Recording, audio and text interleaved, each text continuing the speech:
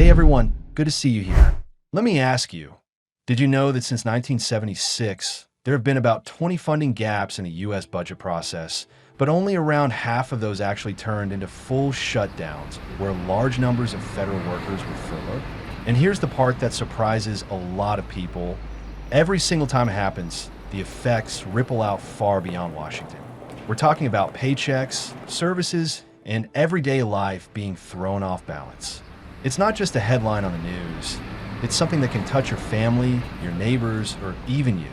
So stick around with me, because understanding how this works and what it really means can help you feel a little more prepared for this. Before we get too far, let me ask you a simple question. Have you ever personally felt the effects of shutdown, like waiting longer for something you needed, or maybe knowing someone who missed a paycheck? I'd love for you to share that in the comments. It really helps others see they're not alone.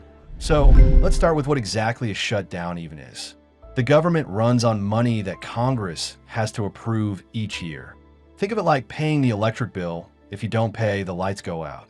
In this case, if lawmakers can't agree on a spending bill, funding stops for what's called non-essential operations. That doesn't mean the whole government disappears, but it does mean a lot of things grind to a halt. Now, what does this mean in real terms? Well, for federal workers and members of the military, it often means missed paychecks. Many of them are still considered essential, which means they must continue to show up for duty even while their pay is delayed. Think about TSA agents at the airport, air traffic controllers, border agents, or firefighters on military bases. The work continues, but the paycheck may not show up on time. Imagine doing a tough, stressful job like keeping the skies safe and not knowing when your paycheck is coming. That's the reality during these periods. And it doesn't stop there. If you're wondering about Social Security, Medicare, or Veterans Health Benefits, those still continue because they're funded separately. But here's the catch. The people who answer phones, fix errors, or process new applications may be furloughed. That means delays. So, yes, your check still comes, but if something goes wrong with it, good luck getting it fixed quickly. And guess what? That's one of the most common concerns I hear in the comments. People saying, will my Social Security check stop? The answer is no, but services slow down, and that matters too. Food assistance programs are another area that gets hit.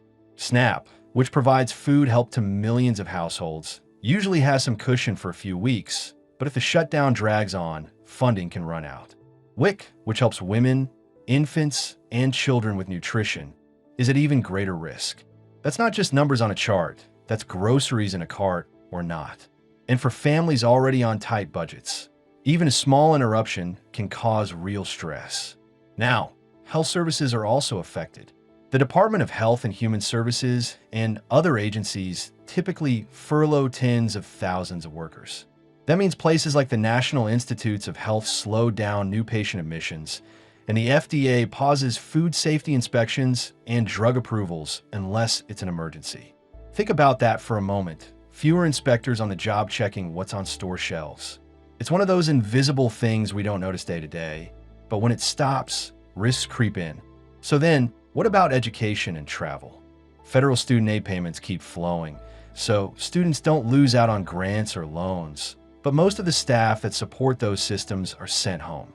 And if you've ever been to an airport, you know how stressful it can be already. During shutdowns, air traffic controllers and TSA officers keep working, but training programs and equipment upgrades pause. In the last long shutdown, some workers called out sick because they weren't being paid, and that caused big delays across airports nationwide. It's another reminder that even if essential services keep going, the strain builds quickly. And speaking of strain, let's not forget the courts. Federal courts often rely on reserve funds to keep cases moving for a short time. But if the shutdown drags on, they cut back to just the basics, which slows down cases in immigration, civil rights, and beyond. For the people waiting on decisions, it's more time in limbo.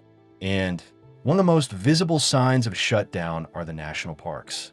Sometimes they close entirely, other times they stay open but unstaffed. When that happens, trash piles up, bathrooms stay locked, and sadly, there's often vandalism or damage. During the last shutdown, when parks stayed open, there were reports of trees being cut down illegally and even historical sites being damaged. It's a small example, but it shows how fragile public services are when funding stops. Now here's a common misconception. People often ask me, does the mail stop? The answer is no. The Postal Service funds itself through postage and fees, so your letters and packages still arrive. Same with passport services, though if the office is inside a government building that's closed, you might run into delays.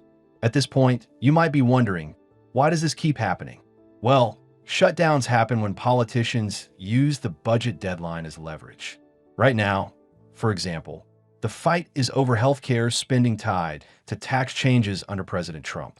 Democrats want to keep enhanced Affordable Care Act subsidies and protect Medicaid funding, while Republicans say spending has to be capped. Neither side wants to look like they gave in, and so the standoff continues. Some see it as recalibrating government, others see it as reckless. And what I'll show you next might surprise you, because the truth is, this strategy has been used more and more often over the last few decades as polarization in politics has gotten stronger. Historically, shutdowns used to be shorter, lasting just a few days. The longest one ever was 35 days back in 2018 and 2019, also under Trump. That dragged on for over a month, with federal workers lining up at food banks and small businesses missing out on government loans they needed to survive. The longer these go on, the harder it is for people and companies to bounce back, because unlike workers who eventually get back pay, contractors and small businesses often lose that money forever. Another thing to consider is the personal toll on federal employees. Imagine being told to keep showing up for your job, knowing you won't get paid on time. That's happened to firefighters on military bases, border agents, even Secret Service members.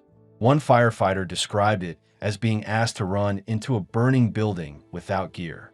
It's not just about money, it's about dignity and feeling like your work is valued.